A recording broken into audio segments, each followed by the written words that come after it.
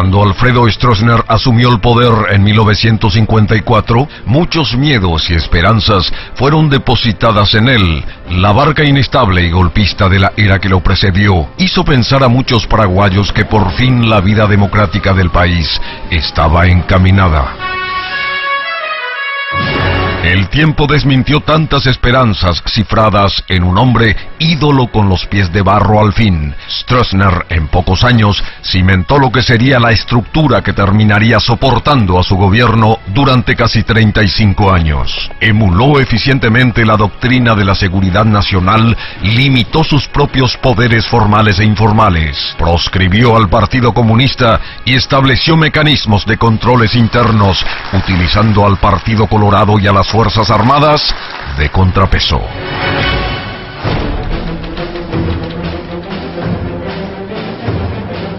Lo que al principio se vio como miradas complacientes de gobiernos extranjeros que lo ayudaron a cimentar su poder, hacia el final Stroessner terminó rodeado de un marcado aislamiento. Paraguay en los últimos años estuvo ausente en todos los centros mundiales de discusiones políticas. En una descontrolada carrera hacia el poder, Stroessner premiaba el servilismo y condenaba cualquier forma de disenso. La supuesta era de paz y progreso se había instalado definitivamente en Paraguay. Era el cartel que vendía interna y externamente la imagen de un país cuyas noches escondían los ruidos de la tortura, los asesinatos, las desapariciones y los atropellos a los derechos humanos. Alfredo Stroessner autocráticamente estrenó la era de la oligarquía militar. Si bien al principio los partidos políticos opositores se mostraron complacientes, con cada década que iba pasando terminaban acentuándose aisladas reacciones que culminaban en el exilio de reconocidas figuras del quehacer político, social y hasta cultural de nuestro país. El miedo y la desconfianza hacia todos y hacia nadie estaban hasta en la médula de los paraguayos. Por otro lado, los abusos de poder cometidos por la camarilla que rodeaba al depuesto mandatario era un insulto para el resto del pueblo. Las clausuras de medios como ABC Color y Radio Ñandutí encendieron aún más los ánimos de cientos de miles de paraguayos. La única defensa que empleaban muchos conciudadanos era solamente la fábrica de rumores con la que cada tanto tiempo se inventaba la muerte o alguna enfermedad terminal para Alfredo Stroessner. Finalmente, una de las cosas que detonó la bomba de Alfredo Stroessner fue la situación interna del Partido Colorado. La facción tradicionalista había sido desplazada por los militantes combatientes y estronistas, liderados por Sabino Augusto Montanaro, Adán Godoy Jiménez, Mario Abdo Benítez y J. Eugenio Jaquet, autoconsiderados el Cuatrinomio de Oro. La venida del Papa enfrentó definitivamente a la Iglesia Católica con el gobierno de Alfredo Stroessner. Las tensas relaciones entre Iglesia y gobierno solo colaboraron a hacer sentir más aún el descontento en todo el país, una nación con marcados sentimientos espiritualistas. Las Fuerzas Armadas, manejadas por deseos y satisfacciones domésticas, oficiales que no podían hacer carrera y encima la peligrosa sospecha de que Alfredo Stroessner miraba con complacencia a su futuro sucesor, Gustavo Stroessner, fueron los últimos hechos para la estocada final al gobierno del exmandatario. Nosotros, gran parte de las Fuerzas Armadas en aquel entonces, mucho antes de febrero, hemos decidido conformar una gran fuerza que podría llevarse a cabo un movimiento para traer al pueblo paraguayo la libertad y la democracia tan largamente acariciada y anhelada por el pueblo. La cúpula de aquella época, de los militantes estronistas, empezó a anarquizar el país. Entonces, hemos hablado con el señor general Rodríguez analizando estos problemas y ahí hemos llegado, ¿verdad?, a conversar directamente sobre el tema de una posible conspiración que podía ser en el futuro, ¿verdad?, para poder solucionar el problema. La represión a la libertad, a la prensa, todo eso creó un ambiente de malestar que felizmente nosotros detectamos eso, ¿verdad? Las razones nacionales teníamos probablemente hasta casi la misma cantidad de habitantes fuera del país que se le han imputado razones que no eran la realidad, supuestos comunistas, supuestos izquierdistas, y sencillamente eran gentes que tenían deseo de ser partícipe del destino de este país. Estratégicamente el golpe comenzó a prepararse en las mismas narices de Alfredo Stroessner. Altos oficiales de las Fuerzas Armadas empezaban a hacer su trabajo en silencio y con mucha eficacia. Enero de 1989 fue un mes movido en actividades políticas para Alfredo Stroessner y la facción liderada por el Cuatrinomio de Oro, mientras algunos colorados manifestaban que nada ni nadie iba a desalojarlos del poder.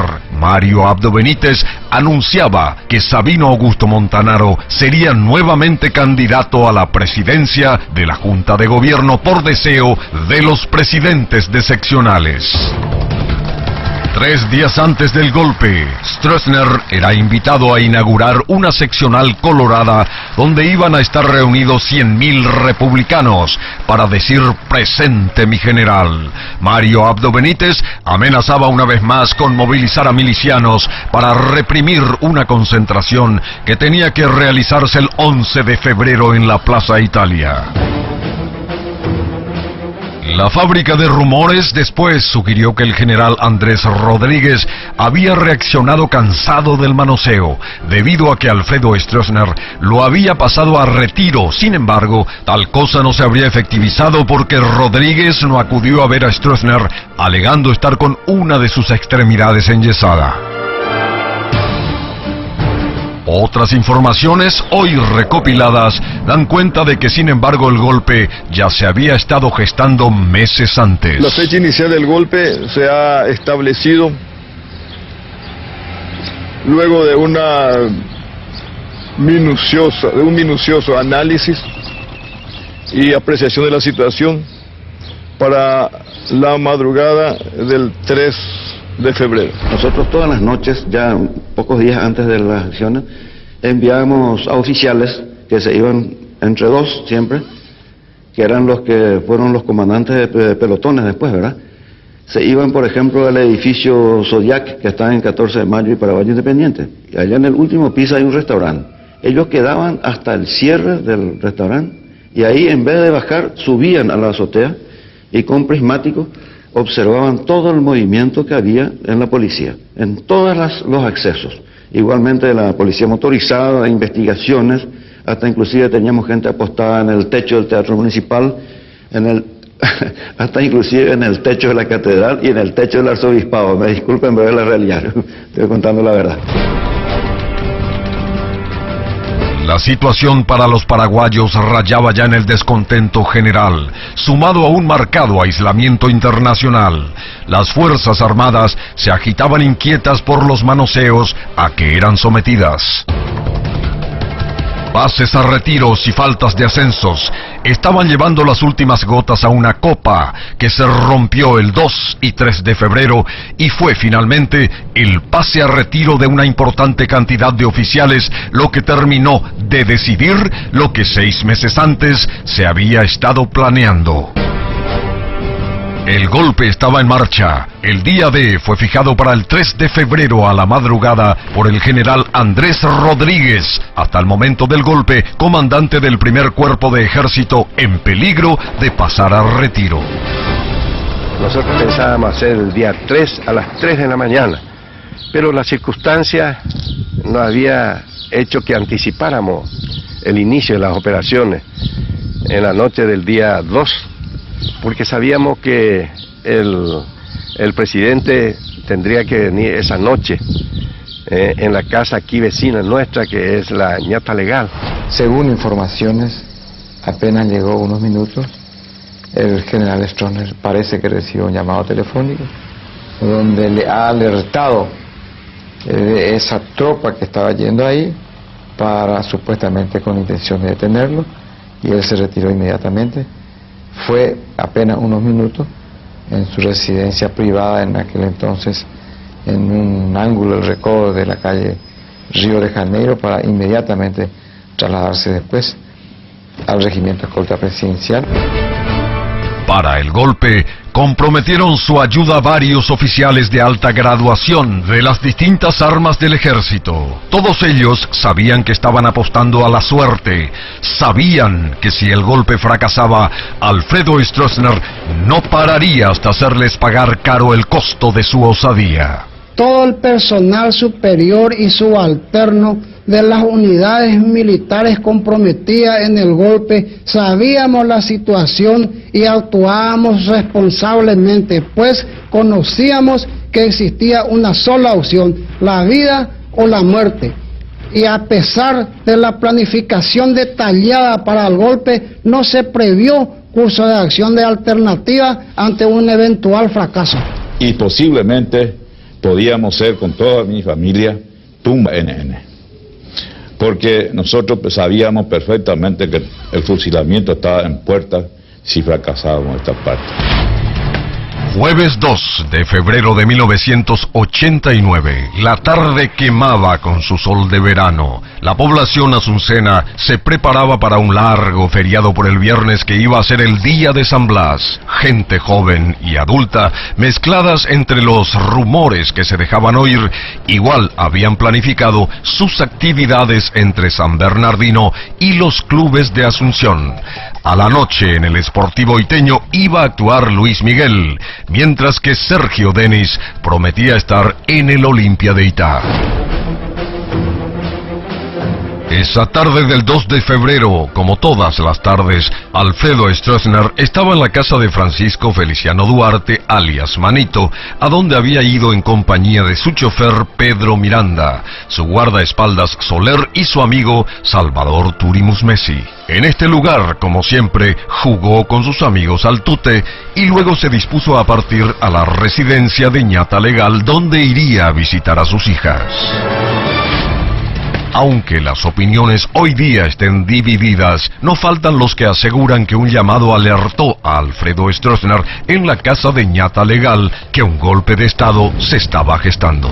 Salimos y vinimos directo hacia Lilio.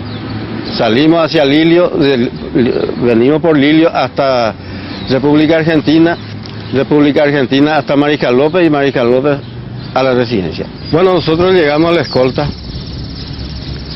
El general Ruiz Díaz estaba ahí frente a la escolta, al lado del portón de entrada. Ahí llegamos y quedamos. Entonces mi general abrió la portezuela, él, y como para bajar, bajó un lado de la pierna allá afuera, como para bajarse, ¿verdad? Y se le acercó ahí el general Ruiz Díaz, le dijo: mi general, acá el escolta no le ofrece ninguna seguridad, me le dijo. ¿Por qué no vamos al comando en jefe? Es más seguro. Igual no vamos, le dijo mi general. Entonces, él subió otra vez la pierna y cerró la portezuela. Y le dijo a don Turi, que estaba a mi lado, Turi le dijo: ¿por qué no se baja nomás usted, queda acá en la guardia? Va a estar mejor, le dijo. Y se bajó y se quedó ahí. Nosotros fuimos al comando en jefe. El general Ruiz Díaz le siguió a pie. Finalmente, sin embargo, Alfredo Stroessner terminó resguardándose en el Comando en Jefe, edificio ubicado entre el Batallón Escolta y el Ministerio de Defensa. Aparentemente este sitio era más seguro para él, para su familia y para los hombres que lo acompañaban. El ministro de Defensa, general Germán Martínez, el general Fretes Dávalos y el general Ruiz Díaz, además del coronel Miers. Prácticamente era todo silencio en ese momento porque para no delatar el lugar donde uno estaba. Todo silencio, estaba un tanque ahí abajo, ya en ese momento que primero estuvo un tanque de la escolta, pero después se retiró de ahí y luego vino un tanque de la caballería. El general Lino Oviedo ya había sido. Poco después de las 22 horas ya se iniciaron los enfrentamientos. El cuartel central de policía, el batallón escolta presidencial y el palacio de gobierno eran los sitios donde leales y rebeldes medían sus fuerzas. A las 22:20 horas de la noche, Radio 1 de Marzo fue ocupada por las fuerzas rebeldes, al igual que los canales de televisión que interrumpieron sus transmisiones. A las 9:30 más o menos de la noche. 9:30 de la noche, donde todo era calentar los motores y nuevamente todos los detalles para que el acontecimiento sea perfecto. Seguíamos con las hurras. Luego partimos todos encolumnados, en fila, los pueblos de Tachaco. Fue cuando llegó el momento en que llegamos al puente Remanso, más o menos. Hubo una cadena policial, una especie de barrera.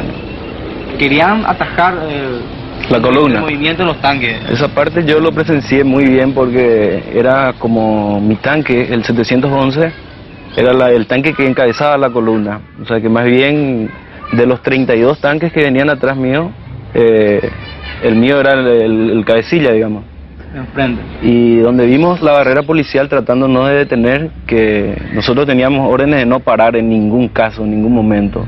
O sea que nuestras órdenes eran salir de Cerrito, llegar al regimiento escolta y activar, disparar. Cuando uno viene y está en camino, muchas cosas se le pasa por la cabeza, o sea que uno no piensa en el futuro, sino que piensa en en el momento y lo que te pasó, pensás en tu familia, en todo eso. Pero una vez estando ahí, en plena actividad, uno se olvida de todo eso. Estás ahí, o sos vos o ellos. Yo, por comunicación directa con el señor Cuantaramá, recibí la orden de realizar disparo de ráfaga de 3 tiros por el barranco del palacio. Porque el señor comandante, antes de la salida del buque hacia la bahía, me indicó a que trate de no dañar el palacio, me dijo textualmente. Los buques no hicieron fuego sobre el cuartel general, hicieron sobre la cuartelería del Palacio de Gobierno. Y fueron fuegos muy bien dirigidos. Se hizo fuego con cañones de 40 milímetros, los Bofors 40-60. Y fueron al principio intimidatorios. Pero después, cuando se volvió muy resistente ahí en Palacio de Gobierno específicamente, el buque, al mando del capitán Gregorio Recalde, hizo fuego sobre esa parte del Palacio de Gobierno. Ahora, fuego nocturno es un fuego muy difícil de realizar. Y hicimos un 90% de blancos, pero hubo un 10% de dispersión. Inclusive hubo un tiro que evidentemente rebotó en el agua y se fue y se incrustó por un edificio que está detrás de la policía. Bueno, soy el capitán Candia y la noche del golpe me cupo comandar el patrullero Capitán Cabral como parte componente de un grupo de tarea que estuvo compuesto por el patrullero Itaipú al mando del capitán Recalde y el capitán Cabral a mi mando. Una vez recibida la misión, entramos en la bahía de Asunción para apoyar, con apoyo de fuego naval, a las tropas de tierra terrestres que estaban realizando el ataque a la policía y al Palacio de Gobierno. Esas circunstancias que se presentaban en ver vidas inocentes que estaban en nuestros ojos, en nuestros brazos, porque yo he traído soldados heridos, otros muertos, para sacarles del lugar en que se encontraban y procurar recuperar vidas. justificada plenamente, entrar sin armas y hablar con ellos y decirles, señores, dejemos de matarnos injustamente por gente que no merecen pelear. Y decirles también que nosotros estábamos con una gran superioridad bélica. Cuentan algunos testigos presenciales que el general Stroessner hasta último momento estaba convencido de que el general Andrés Rodríguez aparecería para rescatarlo. No creyó cuando le dijeron que era el general Rodríguez. Y él dijo, no ha de ser él. Seguramente él estará preso en alguna parte. Dígale al general, que le diga a alguien al general Lino Oviedo, que le busque y que le diga, que le busque al general Rodríguez en cualquier parte donde esté, a cualquier precio que le defienda, al que le saque de donde esté. Alfredo Stroessner se negaba a entregarse. Pensaba que todavía podían salvarlo. Creía en la posibilidad de que fuerzas leales a su gobierno saldrían a defenderlo. Sin embargo, nadie se movía. Hoy día sabemos a través de las grabaciones realizadas que los Carlos empezaban a inquietarse por la testarudez del anciano dictador, lo que ocasionaba más bajas. Como una manera de intimarlo, hicieron sobrevolar los aviones Avantes. Si alguna duda tuviese todavía que la Fuerza Aérea estaba acompañándonos en aquel instante, que íbamos a hacer levantar el vuelo de los Avanti y que le íbamos a hacer 2 pasadas y que la tercera pasada ya iba a ser con cohete o con bomba. Al mismo tiempo, el combate recrudecía y en el centro de la ciudad arreciaban los enfrentamientos entre leales y rebeldes. A partir de la 1:25 de la madrugada se empezó a emitir la proclama del general Andrés Rodríguez cada 10 minutos. A las 2 de la mañana se sumó también Radio Cáritas, dando difusión a dicha proclama. Por el respeto a los derechos humanos, por la defensa de nuestra religión cristiana, católica, apostólica, romana. Esos son lo que yo le estoy ofreciendo con el sacrificio del soldado paraguayo a nuestro querido y valiente y noble pueblo paraguayo. Ellos también estaban sintiendo las tensiones que nosotros sentíamos, ¿verdad?, de nuestros subalternos. Y no solamente, sinceramente hablando, hasta nuestros vecinos, nuestros hijos, nuestros parientes, los amigos de nuestros hijos, todo el mundo decía, ¿qué esperan ustedes? ¿Qué son ustedes? ¿Qué hacen? Ustedes son parte de la dictadura, ¿no? Decían cosas insoportables dentro del ámbito familiar. Yo quiero que ustedes se pongan en su lugar, ¿verdad? En nuestro lugar, perdón, de que sus hijos le estén diciendo que ustedes participan de esta dictadura. ¿Cómo puede ser eso? Que están sacrificando a gente inocente, expulsando del país, confinando a gente. Y eso ya era intolerable. Y así como sucedió con nosotros, estoy seguro que pasó con todos los colegas de la Fuerza Armada.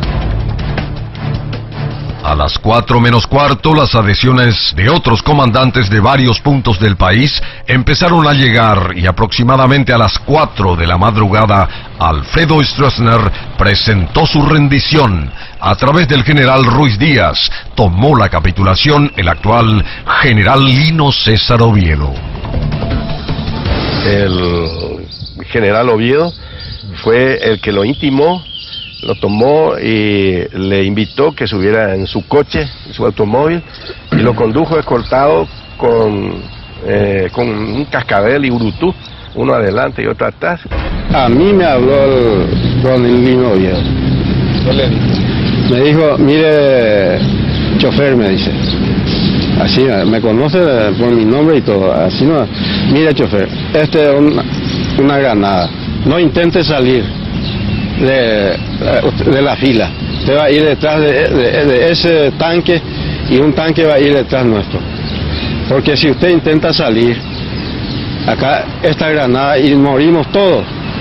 Delante estaba ubicado el chofer Miranda, la señora Graciela, la señora Pachi, detrás el general Stroessner hacia el lado de la ventanilla, en el medio con Stroessner, yo a la derecha. recibimos una orden o un llamado de que se necesitaban un cascabel y un urutú, o sea, 2 tanquetas, para escoltar a Stroessner hasta la caballería.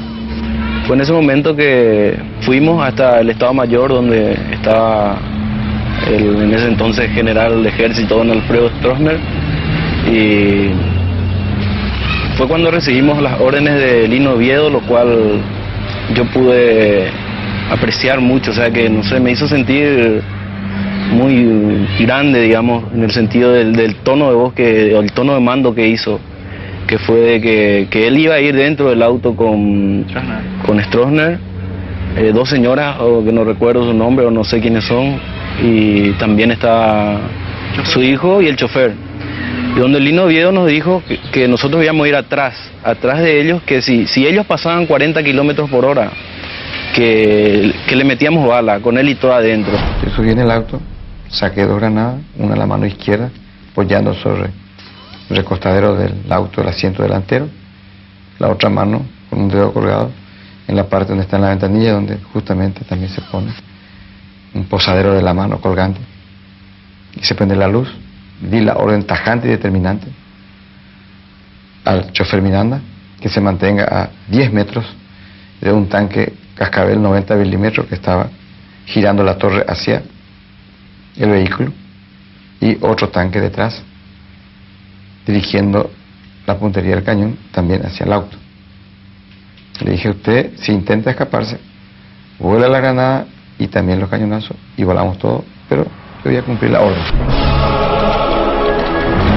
A las 7:30 de la mañana, Rodríguez dio a conocer su mensaje al pueblo paraguayo a través de la cadena de emisoras, donde decía: el general Stroessner se ha rendido, encontrándose en perfecto estado de salud, privado de su libertad y gozando de todos los derechos humanos en una residencia dentro del primer cuerpo de ejército. Muy pocos daban crédito a lo que estaba ocurriendo. Alfredo Stroessner estaba detenido. Sus principales colaboradores que habían atentado contra el derecho estaban siendo perseguidos, y la gente bailaba y aplaudía en las calles. Risas, tambores, banderas y un eterno impulso reprimido durante casi 35 años. El festejo era total. Asombrados ciudadanos invadían las calles de Asunción, y un repentino sentimiento de hermandad terminaba aplaudiendo las gestiones de cuanto militar se cruzaba enfrente a los ojos de civiles. Una profusa información invadió el país. De la mano de periódicos y radios, las agencias internacionales no tardaron en hacerse presente. Paraguay, después de más de 3 décadas, volvía a ser noticia. Los cables noticiosos daban cuenta del golpe, subrayando el hecho de que, paradójicamente, era el consuegro de Alfredo Stroessner quien había decidido acabar con tantos años de tiranía. Al mediodía del 3 de febrero del 89, en medio del calor de la gente, la marcha fue engendrada espontáneamente. Risas, tambores y gritos 1000 veces reprimidos. Ancianos y jóvenes, toda la población estaba de fiesta. Las excursiones surgían en cada esquina para ir a mirar las huellas dejadas por los bazucazos o por las metrallas. Todos tocaban los agujeros, miraban, evaluaban. Cientos de mini manifestaciones y banderas surgían, flameaban. Nadie sabía de dónde, y pequeños milagros se iban dando en medio de todo.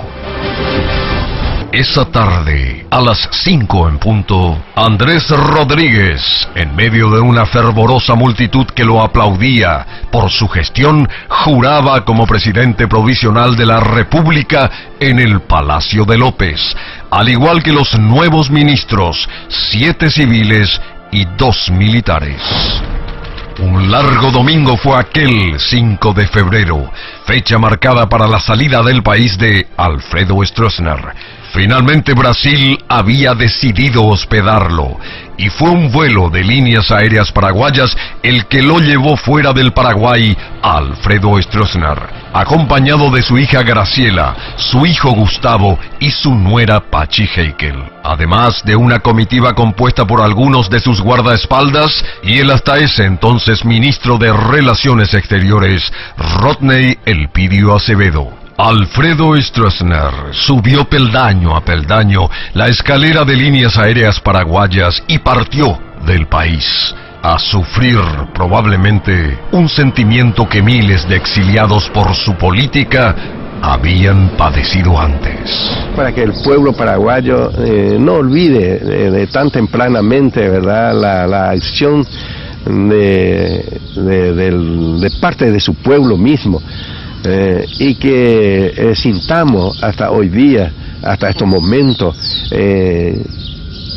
la pérdida de preciosas vidas juveniles. Lo que todos deseamos, lo que el pueblo es vivir en paz y comenzar a caminar hacia el desarrollo que todos necesitamos, todo este campo, tantos campesinos que están viviendo casi en la miseria, y no puede ser esto. Y entonces todos queremos que venga una era de paz, de seguridad, y para que haya paz y seguridad tiene que haber verdad y justicia.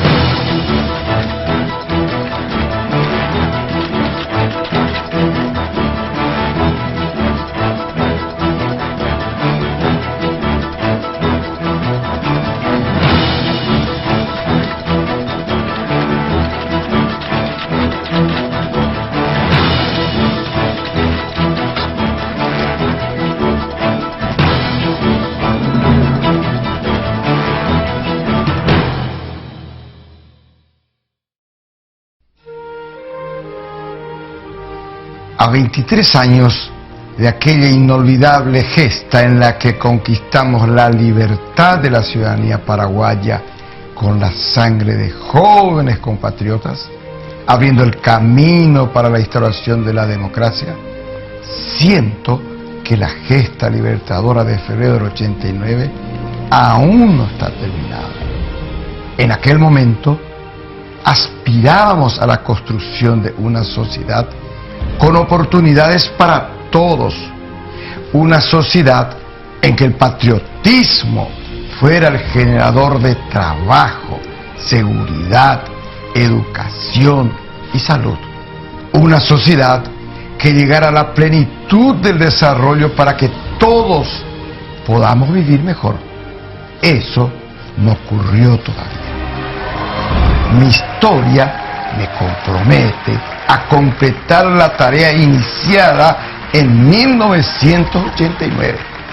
Para eso se necesita autoridad, y la autoridad en democracia la otorga la voluntad popular. Es el pueblo el soberano al que yo quiero servir, dedicando mi esfuerzo y mi vida para que el Paraguay tenga un futuro venturoso. Les pido que me acompañen para cumplir con las expectativas de todos ustedes, de todo el pueblo paraguayo.